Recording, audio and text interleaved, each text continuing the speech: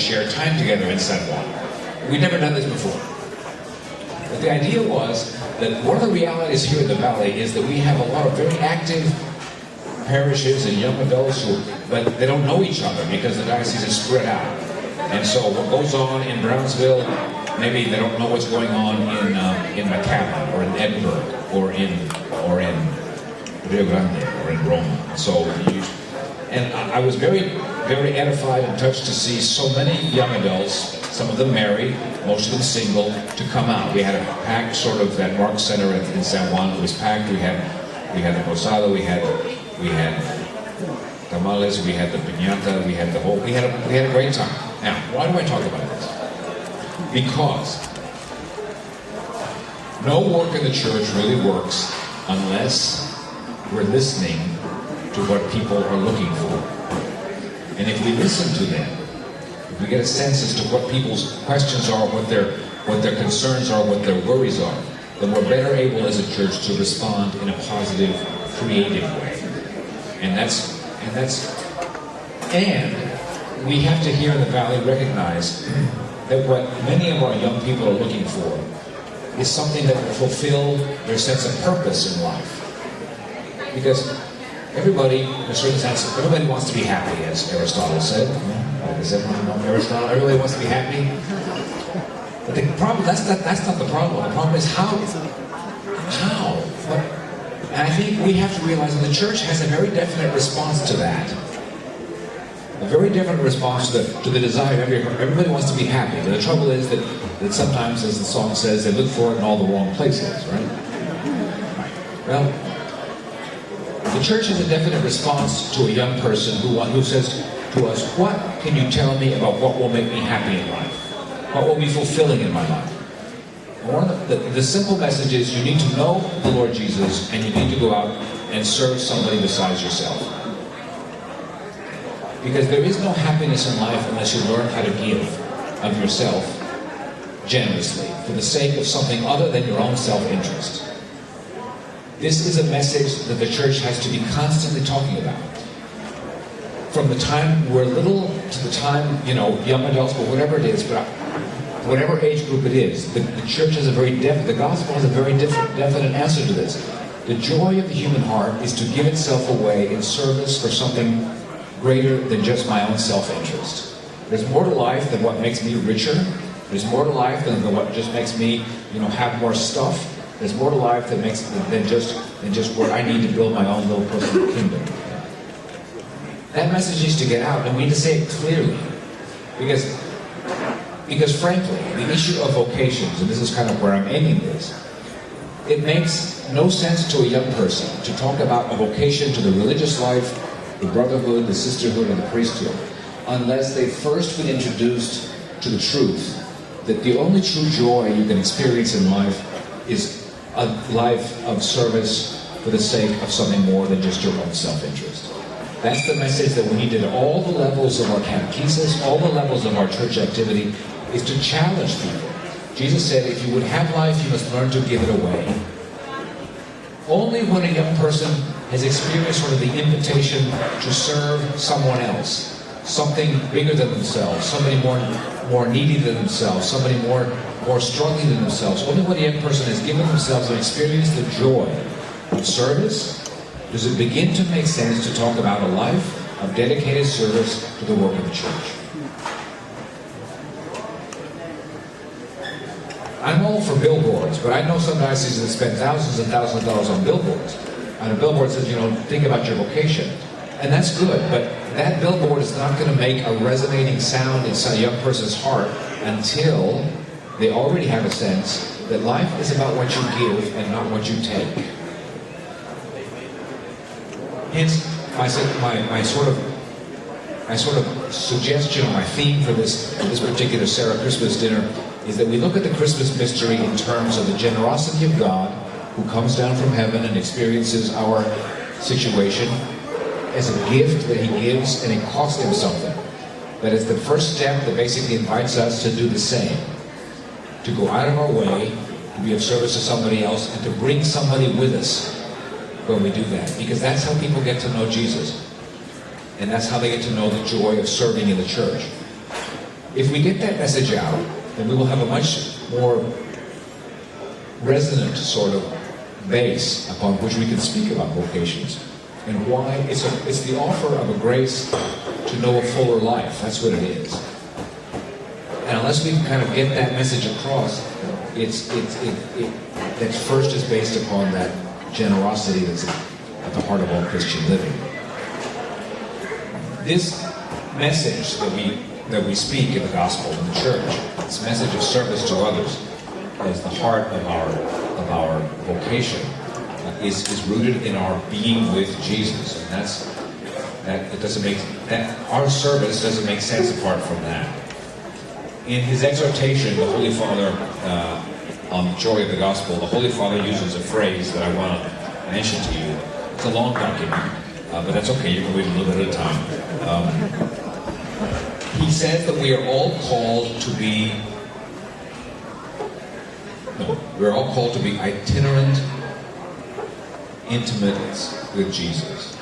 Itinerant intimates with Jesus, which means you get to know Jesus on the move. And you think about the gospel, that's how the disciples got to know him. He didn't just sit down and say, oh, okay, we're going to set up a school. And you have to come and go. Although, school's okay, you know? It's part of the journey.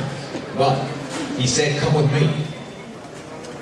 And he took them places they wouldn't have gone otherwise. They went out to where the lepers were, to where the sick were, to where the forgotten people were, to where the Samaritans were, who nobody wanted to do heaven. Come with me. They got to know Jesus as he was on the move. And I think we have to see our lives as on the move with the Lord. And even the different phases of our life or experience or expression of that kind of sort of getting to know Jesus on the road of life. And that's what we're inviting young people to know and to experience that. Because I'll be honest, the only person in the life of the church who will not sooner or later disappoint you is Jesus. This is important. Because none of us are the Messiah. All we can do is invite people to come with us to know Jesus along the road. And to ask them to look to him. And to get to know him. To deepen their prayer life, to deepen their life of service, to deepen their sense of purpose, and really to be a people of genuine prayer. And finally, I think wrapped up in this is the mystery of why the church is important. Because that's one of the great questions that our young people are asking today. Why is the church important? Why isn't it just enough for me to talk to Jesus when I go home? And then, why is the church important? And I think we have to ask ourselves, why do you think the church is important? And I think, please don't raise your hands, I have an answer for you. It's my job, that's why I wear the pointy hat. I have a certain look, I think we have to be convinced of this though. The church is the place where the community gathers for no other reason than the fact that Jesus is there. And that we have to learn to love one another if we're going to learn to love him. Because he made it very clear. You must love one another if you're to have any part of me. And what we need to say to our young people is, the church is necessary because other people are necessary for us to know Jesus. There's no other way to know him, except in the sense that he says, you know me only if you learn to love one another. There I will be. We can't do it just one-on-one. It doesn't work. It becomes kind of like a closed-in universe, and Jesus doesn't like closed-in universes. The one thing's very clear about the gospel. Jesus loved to be with people. And if we want to talk about how it is that the church is an important and necessary part of our getting to know Jesus, to be perfectly honest, I say this particularly to the seminarians, people need to know you like being with people. And don't just tolerate their presence. Que desafortunadamente el clero tiene de vez en cuando esa fama, ¿no? Pues hay padres que quiero, yo sé que tienen mucho trabajo, but that's my job. I mean, I'm supposed to be with people. No, don't you see? Don't you see? This is why we kind of have to be very close to this sense of Jesus who was always on the way to being with people. And he was with all kinds of people. He was with rich people, but he was mostly with poor people. And he's mostly people who were in prison.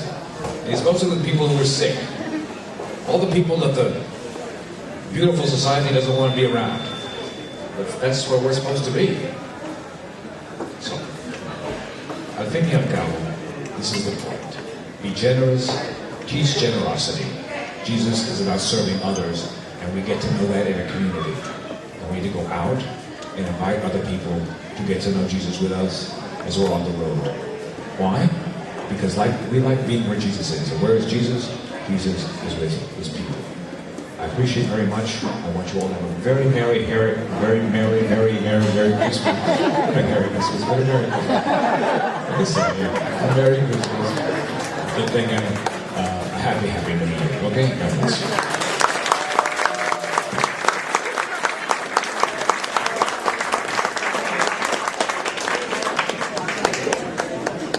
I believe the president of the Sarah Club of Harlingen, Jesse Gallegos, has a gift to present to the bishop.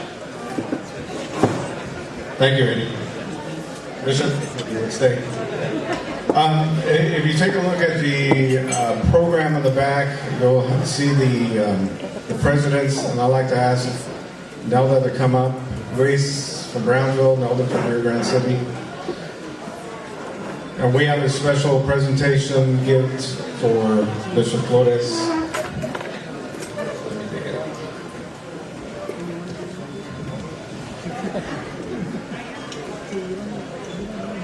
Bishop, on behalf of the Sarah Club of Harlingen, I have it over here.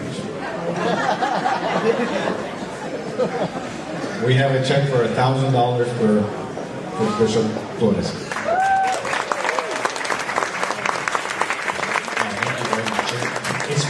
Es for the Diocese of Brownsville, para no creen que lo voy a poner en blanco, ¿no? And it will go, of course, to the support of vocation work, which means that I'm going to, because I know that I put things in my pocket and they show up in my laundry a month later, I'm going to hand this to Father Juan Pablo, so he will not know.